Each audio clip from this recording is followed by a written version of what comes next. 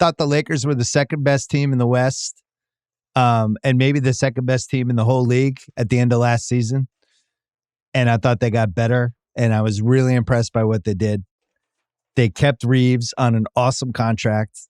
Nobody made a run at trying to bump them up, put them in a bad position. They get him at 4 for 56. They get Gabe Vincent from Miami, who's like out of a lab to be the perfect LeBron guard off the ball. They got Rui back on a price that's a little high, but it's tradable, 3 for 51. They got D'Lo back on, it just seems like a trade machine contract. It's 2 for 37. First year is like 18. They got Taurean Prince, who I fucking love. I've loved that guy for like 5 years. They got him for 1 for $4.5 million. I'm not a Jackson Hayes fan, but they have a playoff 8 right now. AD, LeBron, Reeves, Vincent, Vanderbilt, Rui, D'Lo, and Prince. That I think is as good as anybody in the West except for Denver. Yeah, I mean, there's a couple I don't like, but the Reeves deal's a no-brainer. They're really smart in using basically the full mid-level for Gabe and just playing the game the right way. The biannual for Taurean Prince at 4.5 is a no-brainer. Keeping Vanderbilt around. You like him? Who? Taurean? Yeah. I mean, Yeah. look at the shooting numbers, and he's long. It gives them, I think, one of their problems last year is they felt like, do we have enough wing defenders here that match up with guys? And they really didn't. And, Russell's not a defensive player. Schroeder, I think, works his ass off, so I respect it, but I also don't think it's necessarily a strength for him. He was a little too involved last year, even though I thought he was more of an asset to liability. The thing I love about Prince, it's very similar to Bruce Brown last year in the Nuggets. I just think he's not going to be afraid in big games. You can throw that dude out basically anywhere, and he's fine. And I've been kind of waiting for him to be on the right team. I was hoping it was going to be the Celtics. I really like that. I'm surprised he wasn't worth more in the market. Yeah, Maybe he just wanted to be in LA. The Vanderbilt monies, they had the bird rights on him. They just did a really good job of like combining the exceptions with the bird rights. I think Rui at $17 million, and that's a full 51 for him, is high for a guy that you think. Yeah. So, but it was the same thing that we talked about a week ago with D'Angelo Russell when we were arguing about the price. And, you're right. Well, it still ended up being a little bit lower than I thought it was going to be, but it felt like they weren't going to lose the asset for something else. And then they were going to have to pay Russell probably a little bit more, knowing, hey, if our guy redoes the deal here, like we already know what's going to happen. But again, what does he care? And he's coming off a playoff run where it looked like he was unplayable, and he still finds a way to make almost $40 million because he's of his shooting. basically, he's a human trade chip. He's kind of like, it's almost like Costco's not a good call. It's like the general version of Kyrie, where it's like you still have to pay D'Angelo Russell like a certain amount of money. And I know we're going to talk about the Kyrie stuff a little bit later on, but it's similar. And then it's like, yeah, but you still have to like pay this kind of guy that much, even though I know you're going to push back on that when we get to Dallas as part of this. But yeah, the Lakers were terrific. They have a bunch of different options, but this also allows them to have a couple pieces here or there, because even though I'm not going to say you're wrong about them being the second best in the West, second best maybe in the overall in the league, I don't look at this group and then go, okay, well, that's your 2 seed in the West. Well, the X factor will be the health of those two guys, which was the X factor anyway. But if they can time those guys from a health standpoint in March, April, May, June, I think they're going to be in really good shape. And I think they're going to trade D'Lo for something. It does. I look at this and I LeBron year 21, this is going to be his best chance probably until he goes and ring chases with whoever after the season. But I just keep staring at Davis. Like, I wrote down all the guys on the team and I had AD first because I think he's the best player in the team. LeBron is one of the great players of all time, but AD's in his prime. This is an unbelievable team for him to be on, but he's going to have to play center, which we've never, he's always kind of resisted, pushed against it. But he did. I mean, he played. He played in the playoffs and he did it. Right. He played it when they won, even though they had the big options years ago. But, But to me, I'm just looking at it like, what kind of career do you want to have, Anthony Davis? And you and I, we've talked about him a million times. This is set up for him to be like a potential MVP, to be a 1 seed, to be like the guy in Los Angeles. He's got to have to embrace being the center. And really the only guy in the conference that is going to be a problem for him is Jokic, who's a problem for everybody. But I just look at him like to me, he's a guy to watch for October now, because you're never going to be. He wanted to go to LA to be in the Lakers, to play with LeBron, and to be on a really good team and a winning franchise. He's never going to be a better situation than what we just laid out. They have everything, but they need him to play 35 minutes a game. The rest of the West, like, they're good and they killed it. Although I do think it's kind of funny that they'll have Cam Reddish to replace the Mo Bamba Hope role. I didn't even mention him, as you noticed. Right. But it'll just be like, yeah, man, this guy's a crazy athlete. And like he'll have a night running around one time. It's kind of like the Bamba stuff, honestly. It just reminded me of that. But I'm not being fair. So I'm gonna stop. It's a win. It's one of the best off seasons a team could have, considering the restrictions and the amount of money they had in the two guys, and knowing that there wasn't that big third fish out there for them. But I can't tell if it's like the beginning of what the next thing is, because there's certainly, like, if they ended up a 5 or 6 seed, I don't know that I'd be shocked either. Would you? No, because LeBron might play 42 games. Well, 40 would be and low, Davis might play 51. I have no idea. The Suns, I wasn't crazy about what they did until they landed Eric Gordon today. And now I'm putting that in my favorite weekend outcome. I still haven't seen what the exact price is, but that's a guy who can play crunch time for them.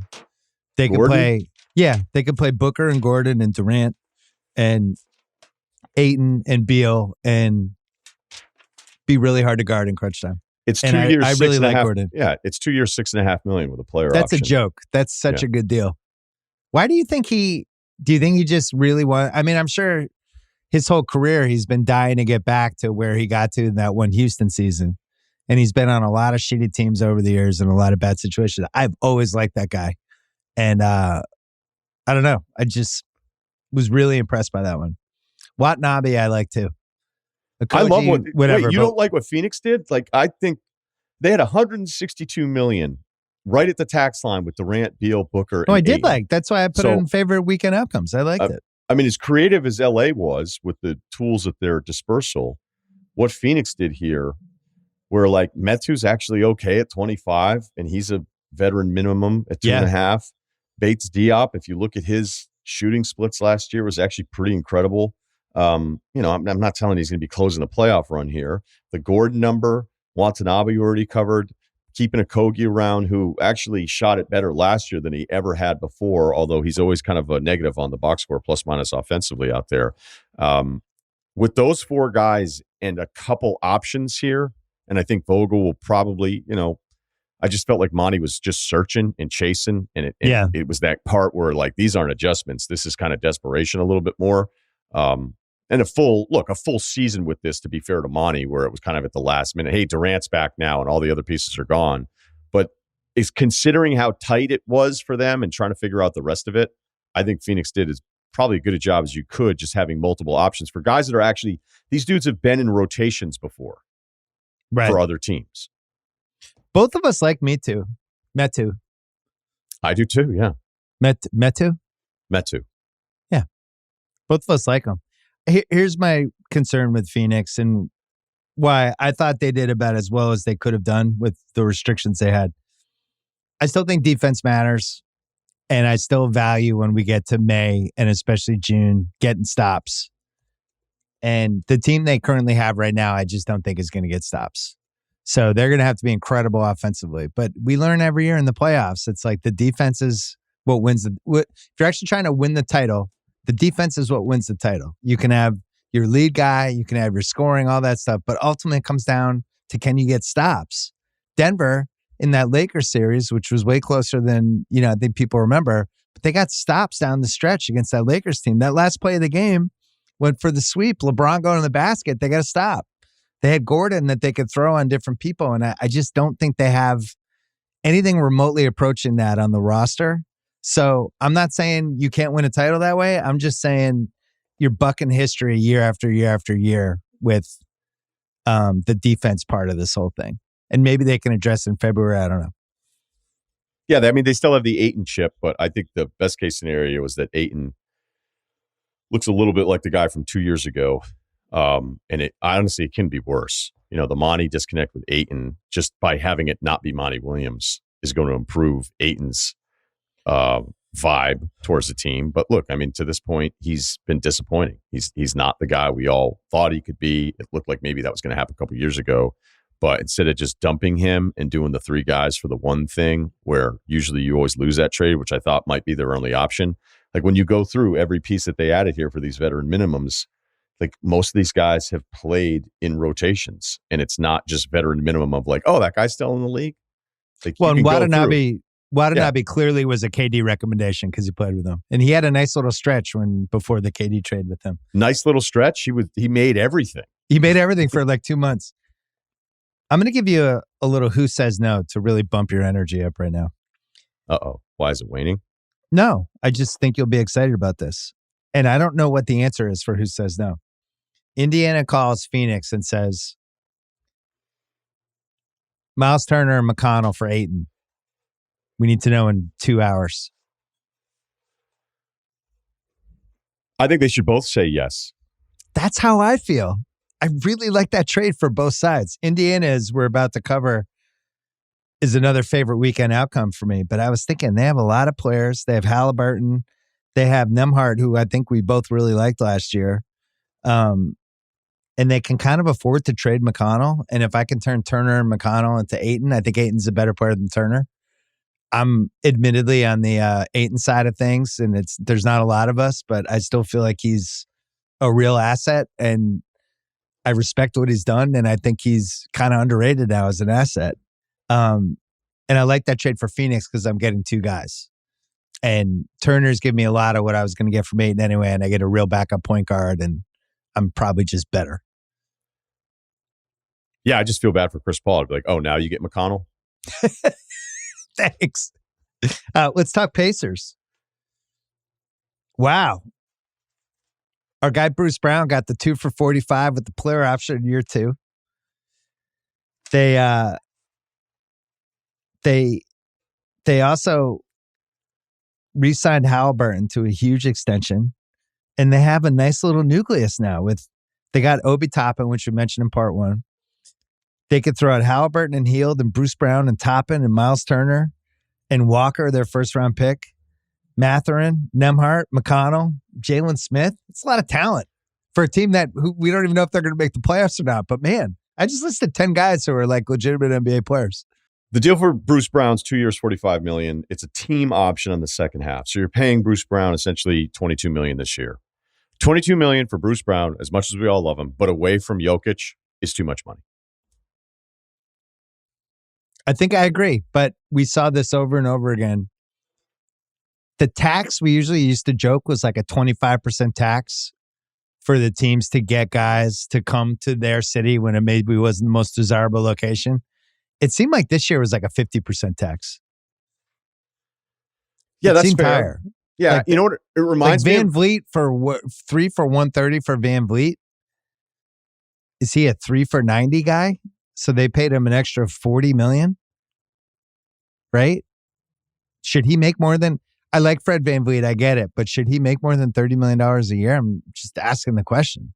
It's a lot of money for Fred Van Vliet. It's a ton, but you're right. It speaks to the tax of, sometimes it used to just be the free agent tax. Be like, oh, I think this guy will get 100, and be like, oh, I'll just make it 120. But do you want to go to this team? 50% tax now, right? And especially when you knew that like the starting point for Bruce Brown was $12 million. The fact that it's only 1 year. That's really all this commitment is. Because I just don't think, as much as I like his game and all of that stuff, $20 million for that guy away from Jokic, he's going to be a different guy. And it reminds me a lot of the Jabari Parker deal that he did with Chicago, where Chicago had the cap space, but they didn't want to extend it out because they wanted to be able to reset it again. And they go, look, this is how we'll do it. We'll do 1 year. And then I don't know if there was an option, but they never picked it up. It was 1 year and $20 million for Jabari Parker. And it was an absurd single annual salary just because the deal was so short. So in this version, I still like Bruce Brown better than what I liked from Jabari back then, but that's what the deal reminded me of. Would you like it if it was 1 for 15? Yeah, I wouldn't even think about it. I just think north of 20 for Bruce Brown's a lot of money. And what are they going to spend it on? They're Indiana. What do they care? They had to get him. I'll ask you this. Let me have you think about it this way. Will you enjoy watching this team on League Pass? Because of Bruce Brown? Have you ever turned on a game because of Bruce Brown? I'm saying the 10 guys they put together. I kind of like the team. Well, I love Mathurin. This will be a League Pass team for me. Halliburton's my guy. Buddy Hield in a contract year. I can't wait to see if Toppin was one of those like. I have Knicks fans in my life who are like, Tibbs fucked up this Toppin thing. He's going to go to another team and he's going to be really good. And they made this trade because, as usual, Tibbs couldn't figure out somebody at all, and he's going to come back to haunt us. I have people in my life who are passionate and convinced that he's going to fuck them over when he goes to another team, and everyone's going to feel stupid. Toppin's best stuff, I felt like, was when he got to play the big in a small lineup. Yeah. Right. So will they do that? If they do that, then I think you're unlocking something that's kind of fun. But just straight his skills, I don't think all of a sudden Knicks fans have to worry about all-star Obi Toppin. I don't like losing an asset for literally nothing unless there's a plan down the road. Like just trading Obi Toppin for 2 second-round picks to me is fundamentally dumb unless you're doing it because it's leading to this. So we'll see what this is. But I just don't like giving guys away. But these moves don't all happen. Like, even the Houston thing with KJ Martin, you're like, what? Like, how? And then it's like, okay, yeah, but you've been drafting all these other players. You got to find the minutes. And then you just spend all this money in free agency. Like you don't get to always keep something for something. You don't always get to do it. And for the Knicks, like, the Josh Hart thing worked out really well because he played ball with them, knowing that if he didn't, opt out, that they could then figure out a way to get DiVincenzo, who I really like for them. His Villanova guy. Right. I think that's been brought up. KJ Martin. I had the Clippers on my favorite weekend outcomes list. Only because I just like that they got KJ Martin basically for nothing. And they brought Westbrook back at a really cheap price. And now they have 2 more assets on their team. And I think if you're them, you have to look at the big picture. You have to fill in the 25 games Kawhi's not going to play and the 27 games Paul George isn't going to play and have enough people who can come in and actually create offense so you're not the 9 seed again. So yeah, for Westbrook at $3.8 million, like there's never been a better. He hasn't been in this good of a setup in a while since Oklahoma City. Well, no, Washington. That's not fair because he at least made them competitive when he and Westbrook's Theo were like there. He's like the guy at the Comedy Store who's like, yeah, you're only going to get 10 minutes, but if Aziz Ansari doesn't show up, can you do 40? And he's like, yeah, I'm ready for either. Can you actually do an hour? Actually, we're going to need a headline tonight. Bill Burr just canceled his limo from the plane. It broke down. So you're going to have to actually do an hour 20. Can you do that? Yeah, I can do it. That's Westbrook. He's just like breaking case of emergency. Hey, can you put up like 20, 12, and 15 tonight for us? Because Kawhi and Paul George aren't playing. I'd love to. Sounds great. Here, 24 shots tonight. You want them? I'd love them. Thank you. Yeah, because if everybody's healthy, as much as we're sitting here being like, man, KJ Martin, great move. Like he might not play. Terrence Mann barely played, and he's good. He's playing like 20 minutes a game for them, as everyone in my section went nuts. So the questions now is, can they add Brogdon to this? Can they turn like 2-3 pieces into Brogdon or James Harden, something like that? Or do they not need to do anything? We will see. I think there's a real healthy appetite on the Clippers behind the scenes side of things to not bring back last year's team. So I'll be interested to see what happens. I don't think they're like super psyched to have another Marcus Morris in a contract year. Upset that Ty Lue doesn't understand that he should be playing 30 minutes a game, and they just have too many veterans and too much depth, and they just have to hash it out somehow. And that's where we get to the Kawhi part. Yeah, but I mean, what are their options? They need to make a 3-for-1. No, they need to make a 3-for-1, and they need to really put the training wheels on the first 2 months of the season and decide, do we want to break this up now if it's not working, or wait till after the year? So are you saying take the training wheels off, like go into it at the start of the season, like let's go one more run? Because I didn't know if you meant moving on from either Paul George or Kawhi, which is not what I think you're saying. But they're not going to be able to trade Kawhi, but they'll be able to trade Paul George. All right. I think this is a very, very wait and see, be ready for anything Clipper season ahead of us. Their worst case scenario is another disappointing whatever, and they lose in round 1. And it's like, hey, here's our new arena. We've spent $6 billion on it. Does anyone want to come? Kawhi might play tonight. Want to drive to Inglewood? You never know what you'll see. 70% chance Kawhi plays tonight. Come on down. The Nets, Cam Johnson, 4 for 108. I have them in the winners. Then the last one I had was I just like where the Wizards ended up, where they turned Beal and Porzingis and Monty Morris into Poole and Tyus Jones and Shamet, who's tradable, Patrick Baldwin, Gallo, who's tradable. They got a bunch of pick swaps. They got enough money to spend for Kuzma. And more importantly, now they're worse, and they're a lottery team, and they're positioned now for one more top 5 pick. I would just rather have the team they have now than the team they had 2 months ago. So I'm going to put them in the winners column. Thoughts on that? I'd add Sacramento. Stability? Yeah. Because you thought, oh, wait, does this mean Harrison Barnes is going to bounce? You're like, you know what? He's not great. He's not perfect, but he's still pretty good. He's young enough. It's on a good number. They extend out Sabonis. That was smart. The Trey Lyles piece of it as well. What about Vezenkov? You have any Vezenkov thoughts? No, post-draft, I stay away from I'll get into it a little bit later, but I don't have much for you. So didn't go on YouTube and dive in on Sasha Vezenkov? I don't like watching YouTube clips of guys. I have Euro MVP? No, because the YouTube stuff, they'd have me looking like I was a second-round pick in my 20s. You put a little Aerosmith underneath it, stuck in an elevator. We should do that. We should tape like 4 months of your pickup games and then do an NBA draft combine video of it. This one guy was trying to get me to like talk up a dude that was never ever going to be drafted. And he was like, you got to. I was like, what do you think is going to happen? I'm going to mention the guy's name on a podcast and the Thunder are going to go, Was it Drew Hanlon? No, I don't think we talk a ton lately.